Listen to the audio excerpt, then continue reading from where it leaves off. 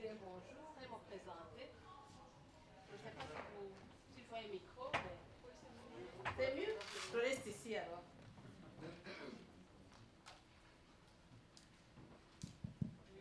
Ok. Je voudrais d'abord me présenter. Je m'appelle Cécile Akoudjira. Je suis en Belgique depuis 20 ans. 21 ans bientôt. 21 ans. Et j'ai travaillé d'abord dans un parcours assez compliqué. J'ai travaillé d'abord comme assistante en pharmacie. Et alors j'avais énormément de questions sur mon parcours, mon pays, parce que je viens du Rwanda, donc un pays qui a connu une guerre fratricide sans précédent. Et comme je me posais beaucoup de questions, je me suis dit, je ne trouve pas de réponse ni dans ma famille, ni dans mon entourage, ni dans les bouquins que je lisais. Et je me suis dit, je vais essayer de décoder tout par moi-même. Et j'ai repris des études et j'ai fait des études à la FOPES. Et c'est à la fin de ces études que j'ai été engagée au MOC à Mons. J'ai travaillé là-bas pendant 10 ans. Et après ces 10 années, je me suis dit, je suis un peu âgée et j'ai envie d'aller voir d'autres horizons et me consacrer à des challenges beaucoup importants aussi. Mais aussi, il faut savoir laisser aussi la place, puisque on a parlé aussi des plafonds de verre. À un certain moment, on est là, dans le même poste, dans le même emploi pendant 10 ans, et à un certain moment, on se dit, mais je suis bloqué ici, et derrière moi, ceux qui sont derrière moi aussi sont bloqués là où je suis. À un certain moment, il faut laisser la place pour voir autre chose et permettre à ceux qui sont derrière, qui sont arrivés par après, aussi d'avoir une ascension sociale. Moi, ça me semble hyper important dans mon parcours de laisser toujours la place, et non seulement aux plus jeunes, mais aussi aux plus racisés. Et je suis très contente d'avoir d'être restée dans le mouvement, mais d'être partie pour le moment.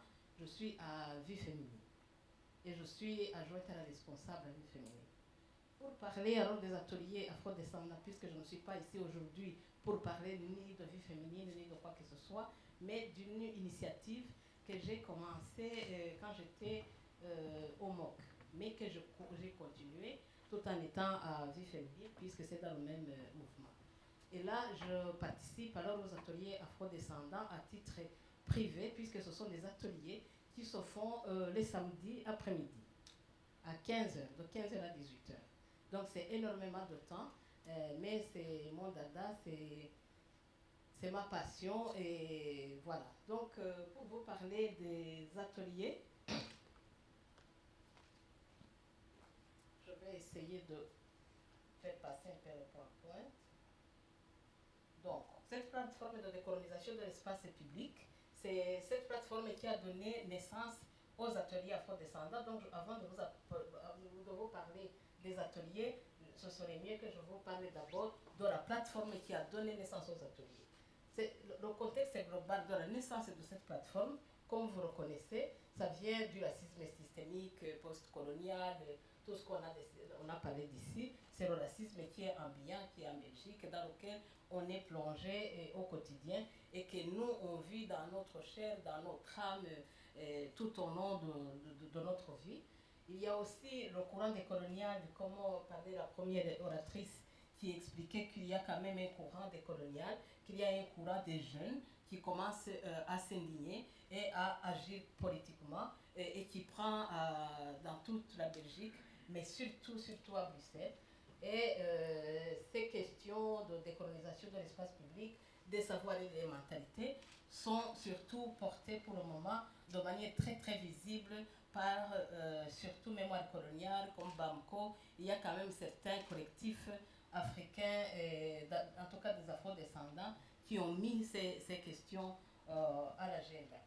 C'est comme ça qu'ils sont descendus à Mons aussi, dans le cadre de la décolonisation de l'espace. Et quand ils sont arrivés à Mons, ils ont essayé de rassembler toutes les associations africaines qui étaient sur Mons. Donc dans mon autre vie, qui n'est pas professionnelle, je suis aussi active dans l'associatif communautaire, donc africaine de Mons. Et c'est comme ça qu'ils nous ont approchés en disant il faut quand même faire un travail. Et on s'est organisé pour essayer de voir avec la commune comment on pourrait mettre en place des plaques commémoratives à la mémoire de Patrice Lumumba. Donc, à la fin de l'événement de mise en place de la plaque commémorative de Patrice Lumumba en 2018, on s'est mis ensemble, on s'est dit, mais mettre la plaque commémorative ne suffira pas, ça ne suffit pas, c'est pas ça décoloniser, c'est maintenant plutôt qu'on doit commencer le travail, et c'est là qu'on s'est mis dans une plateforme, et dans cette plateforme, on est 16 associations, je vais le dire de manière un peu, parce que je ne sais pas comment le dire, mais c'est de manière caricaturale et peut-être raciste aussi, puisqu'il y a des associations des afro-descendants, communément qu'on appelle des associations communautaires. Je n'aime pas dire ça, mais je n'ai pas encore trouvé d'autre vocabulaire. Il faudra qu'on travaille à trouver comment on va nommer ces associations. Parce que quand on les nomme communautaires, ça ne va pas non plus. Quand on les appelle des associations afro-descendants, ça ne va pas non plus parce qu'il n'y a pas que des afro-descendants qui sont là-dedans. Et voilà. Et le mot afro-descendant aussi ne fait pas l'unanimité comme appellation parce qu'il y a des gens qui nous disent dans notre association que même les Belges sont des afro-descendants en fait. Parce que toute l'humanité descend de l'Afrique, donc on est tous des afro-descendants.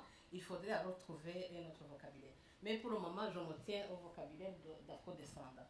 Donc l'objectif global de la plateforme, j'ai mis vous savez tout lire, vous pouvez le lire, mais c'est vraiment deux objectifs globaux qui sont de travailler sur la sensibilisation sur l'âge public pour faire prendre que le racisme est systémique et vous pouvez lire le reste parce qu'il faut aller vite. Le deuxième objectif global, c'est de permettre aux personnes racisées de faire son travail de mémoire et de résilience en leur permettant de connaître leur histoire, apprendre collectivement à refuser de s'approprier des représentations qui leur sont adressées. Ça veut dire quoi ça? Ça veut dire que quand on est dominé depuis des siècles et des siècles, on arrive à un certain moment où on intègre les représentations qu'on fait sur soi, où on est aliéné soi-même, où on se considère soi-même aussi comme inférieur, où on accepte les places assignées. C'est apprendre collectivement à refuser ces places assignées. Et apprendre aussi à s'organiser pour lutter. Mais pour lutter dans la déconstruction des mythes coloniaux, des symboles, des discours et de toute cette propagande raciste de l'époque coloniale. Mais ne pas lutter seul, c'est pourquoi dans notre plateforme, on est à peu près 6 actuellement associations communautaires et le reste, ce sont des associations qu'on dirait classiques ou blanches, comme vous voulez. Donc c'est le MOC, c'est le CIEF, c'est Vie Féminine, c'est Picardie Laïque, c'est des associations classiques.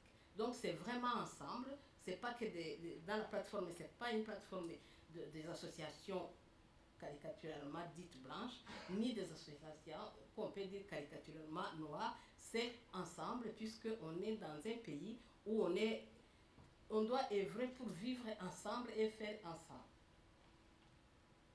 Donc, pour résumer, nous avons 4 axes de travail dans notre plateforme. Un travail donc de lutte contre les discriminations, mémoire et transmission, travail de résilience, mais aussi sans oublier la veille politique en lien avec l'actualité. Et c'est comme ça qu'on essaie toujours de travailler pour le moment. En tout cas, on met dans notre agenda tout le travail qu'on est en train de faire avec la question de la régularisation, mais aussi d'autres discriminations. Nous avons beaucoup de plateformes. On a travaillé dans une plateforme qu'on appelle Pop-Up pour travailler sur l'interculturalité. Il y a pas mal de travail qu'on fait et de veille politique. Maintenant, pour arriver au travail dans les ateliers afro-descendants, ça va faire la 3e année, c'est arrivé d'où? C'est que dans cette plateforme, sur l'axe de travail mémoire, résilience, on s'est dit, ça concerne qui? Ça concerne le public afro-descendant. Et ce public a besoin déjà de se retrouver entre soi, de se retrouver entre soi pour se dire, pour se nommer et pouvoir nommer qu'est-ce qui se passe. Et c'est souvent violent à cause de toutes les raisons qu'on a citées ici. On avait fait l'expérience de voir que quand on nomme son expérience de discrimination face à des gens qui ne le vivent pas, leur premier réflexe, c'est le déni. c'est la relativisation. C'est de te dire que tu exagères. Et du coup, ça te met sous silence. Et ça ne permet pas du tout la résilience.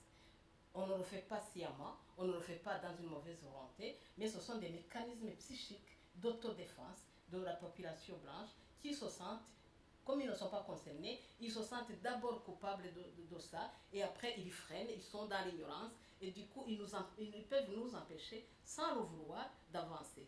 Donc nous avons eu vraiment la très grande chance que dans la plateforme, les associations classiques qui étaient là, ils ont compris qu'il y a ce besoin que les personnes discriminées puissent se voir sans qu'il y ait des personnes blanches à l'intérieur pour qu'ils puissent d'abord pouvoir se nommer.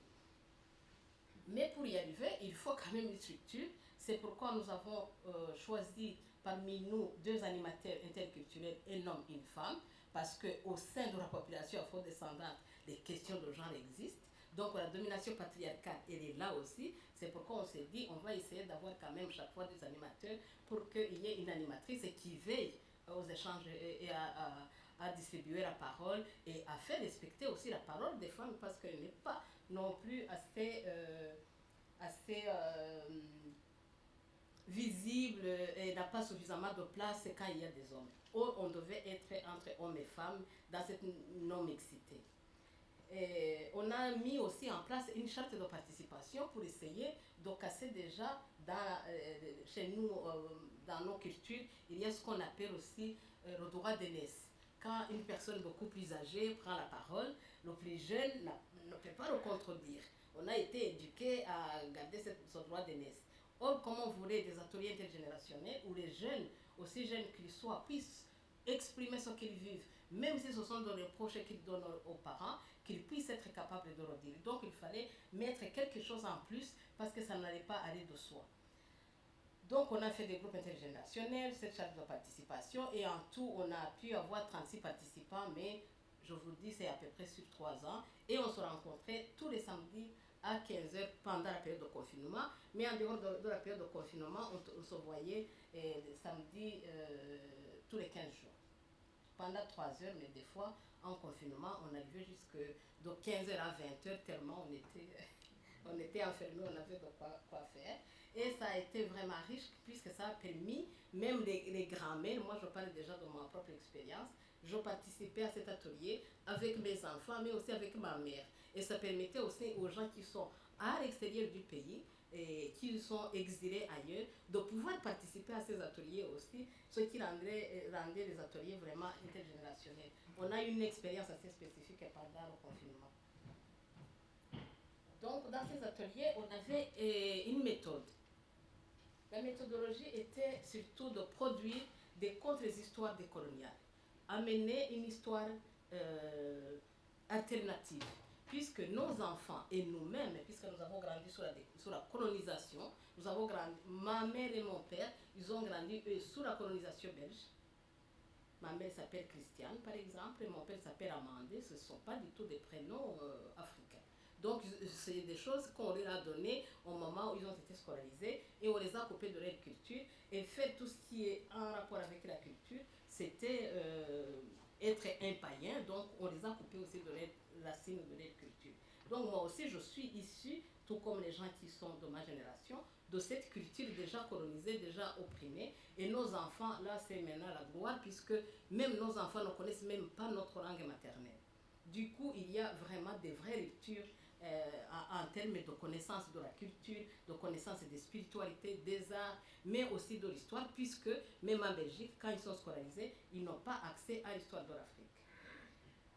Donc, il fallait produire donc une contre-histoire de l'époque de l'esclavagisme et de la colonisation, puisqu'on n'arrêtait pas de nous dire que ce sont les Africains qui ont vendu les frères ce